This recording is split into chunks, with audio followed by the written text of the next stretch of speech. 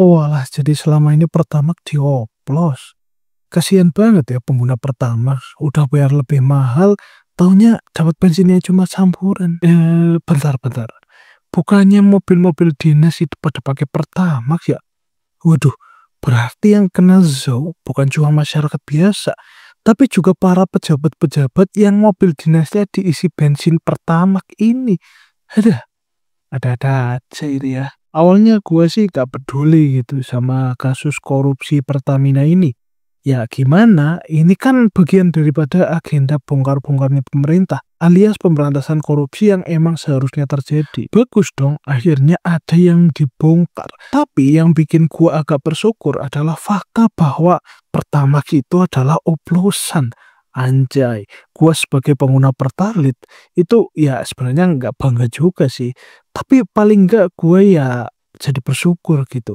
Karena gue nggak ketipu bayar lebih mahal buat dapat bensin yang ternyata gak sebersih yang kita bayangin. Tapi tetap aja kalau diinget-inget tuh agak sedikit ngakak ya. Soalnya pengguna Pertamax itu selama ini ya sangat-sangatlah terkesan sombong gitu. Mereka tuh bangga banget bayar lebih mahal. Ujung-ujungnya dapatnya cuma bensin oplosan. Udah gitu, mereka juga harus nambah 5.000 per liter cuma buat ngantri lebih lancar. Lah, terus apa bedanya sama kita yang pakai Pertalite? Kan sama-sama ngantri, sama-sama dapat bensin yang isinya nggak jelas juga.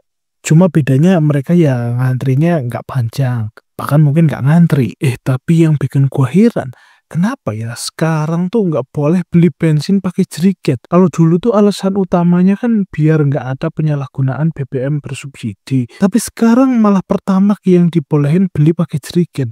Sementara Pertalite nggak. Kok bisa gitu ya? Apa jangan-jangan?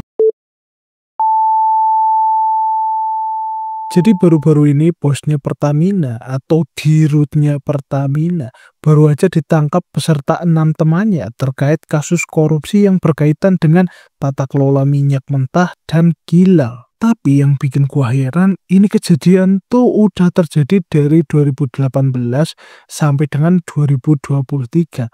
Katanya gitu. Waduh, gila banget kan?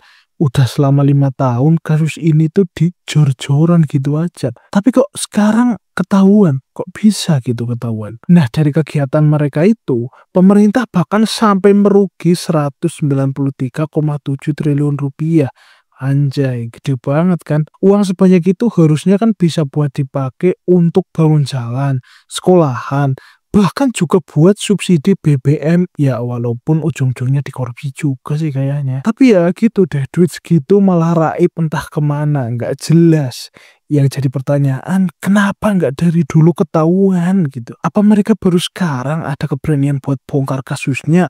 Atau selama ini mereka disumpel pakai Selain kerugian negara yang bikin gua geleng-geleng kepala, ada salah satu hal lain yang juga menarik perhatian gua, yaitu soal Pertamax oplosan. Bayangin, bensin yang seharusnya berkualitas malah dioplos demi keuntungan segelintir orang. Ini kan jelas banget ngerugiin masyarakat. Orang beli Pertamax kan biar dapat bahan bakar yang lebih baik, tapi ternyata malah dapat barang oplosan. Udah mahal, kualitasnya juga nggak jelas. Yang bikin gua makin kesel, aturan Pertamina sendiri tuh kadang-kadang aneh gitu, aneh banget. Jual bensin eceran nggak boleh, mau beli bensin pakai jerigen juga ribet banget, kecuali beli Pertamax. Lah biar apa coba? Kenapa sih kalau beli Pertalite atau solar pakai jerigen aja nggak boleh, tapi kalau beli Pertamax langsung dibolehin? Padahal gua kan punya genset di rumah. Apa karena mereka mau maksa orang-orang buat beli yang lebih mahal? Pokoknya kasus ini tuh benar-benar nunjukin kalau tata kelola di sektor migas masih benar-benar kacau. Korupsinya masih di level yang sangat tinggi. Aturannya juga nggak jelas. Dan masyarakat yang akhirnya jadi korban lagi. Semoga aja setelah kasus ini terbongkar, ada perubahan yang benar-benar berubah gitu. Bukan cuma drama sesaat ya. Soalnya kalau udah kayak gini terus, ya jangan heran kalau harga BBM bakal terus-terusan naik dan kualitasnya makin oplosan. Nah, jadi dalam prakteknya Pertalite dengan result oktan number 90 atau RON 90 dicampur untuk menghasilkan bahan bakar yang dijual lagi sebagai Pertamax dengan RON 92. Hal ini tentu saja bukan cuma menipu pembeli, tapi juga menipu negara. Anjir, ini benar-benar akal-akalan yang merugikan banyak pihak. Bayangin, orang bayar lebih mahal buat dapat kualitas bahan bakar yang lebih bagus, tapi malah dikasih oplosan. Dan harusnya dari hal ini, masyarakat juga ya harus dapat ganti rugi yang sepadan lah.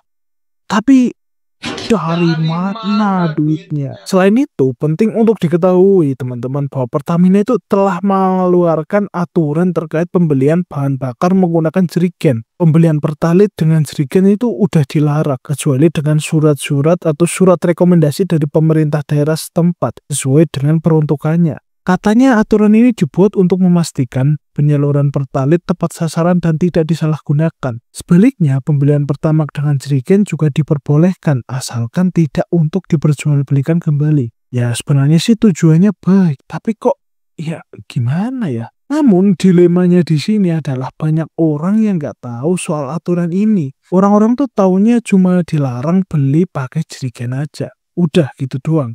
Dan anehnya, dari berbagai SPBU yang pernah gua datengin dengan membawa jerigen tentu saja, mereka semua tuh memperbolehkan membeli dengan jerigen asal belinya Pertamax. Loh. Jadi gimana ini aturannya? Beneran demi keadilan distribusi atau ada maksud lain ini? Hal ini tentu saja bikin gua kepikiran terus gitu. Apa jangan-jangan cuma Pertamax yang diperbolehin buat diecer dan dibeli pakai jerigen itu supaya para pejabat itu cuan? Ini sih kalau beneran, ini bisa jadi plot twist banget sih. Kalau emang benar-benar gitu, ya jelas lah siapa yang paling diuntungin dalam aturan ini. Ya udah pasti rakyat cuma bisa ngelus dada gitu. Sementara mereka, para pejabat-pejabat tingginya di atas sana, mereka ya uang kaki itu ngapain? Tapi tentu aja teman-teman, nggak semua pejabat di Pertamina itu kayak gitu ya. Perlu diingat bahwa kejadian ini tuh bisa terjadi karena adanya oknum-oknum yang suka banget menyalahgunain wewenang mereka suka-suka, sesuka hati mereka. Dan nggak semua orang di dalamnya itu ikut-ikutan ya teman-teman. Tapi tetap aja kalau ada celah buat korupsi ya pasti mereka gas lah. Bentar.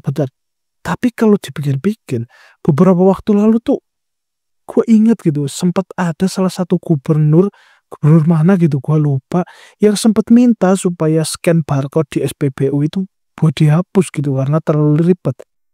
Wah, emang sih scan barcode di SPBU itu sangat ribet dan buat apa gitu ya kan? Atau jangan-jangan beliau itu udah tahu semua ini ya kan? Wah, kok tiba-tiba minta dihapus itu biar apa? Apa biar lebih gampang geraknya atau gimana nih? Dan kalau semua mobil dinas pejabat itu isinya Pertamax, berarti selama ini nggak semua uang yang masuk ke koruptor yang ditangkap itu berasal dari rakyat dong. Ada juga uang negara yang dialokasikan ke kementerian dan lembaga yang ikut kena. Wah, jadi bukan cuma subsidi yang korupsi, tapi duit operasional pemerintah juga ikut keseret. Wah, makin dalam aja nih kasusnya. Anjir. Kalau udah begini sih emang udah paling benar pada pakai mobil listrik deh kayaknya. Soalnya kalau semua mobil dinas pejabat pakai listrik, mau korupsi apanya, mau korupsi gimananya gitu. Kan nggak mungkin bisa dioplos. Masa iya sih listrik dioplos? Tapi paling enggak, kalau pejabat udah gak pakai BBM lagi, ada salah satu celah korupsi yang bisa ditutup gitu ya. Tapi ya baik lagi, yang namanya mafia pasti ya bakal cari-cari cara lain gitu. Tapi ya ini tetap aja bukti kalau sistem yang ada masih gampang banget buat dimainin. Atau kalau enggak gini aja deh, gimana kalau mobil-mobil dinas pemerintah kita ganti dengan drone? Enggak sih, bercanda. Oke, mungkin itu aja yang pengen gue sampaikan di video kali ini. Ya sebenarnya gue lagi sibuk banget renovasi kamar gue, tapi ya jangan lupa like, komen, dan subscribe. Dan tentu saja gue masih menunggu head komen kalian di kolom komentar di bawah ini. Gue Vivardianto, sampai jumpa di video berikutnya.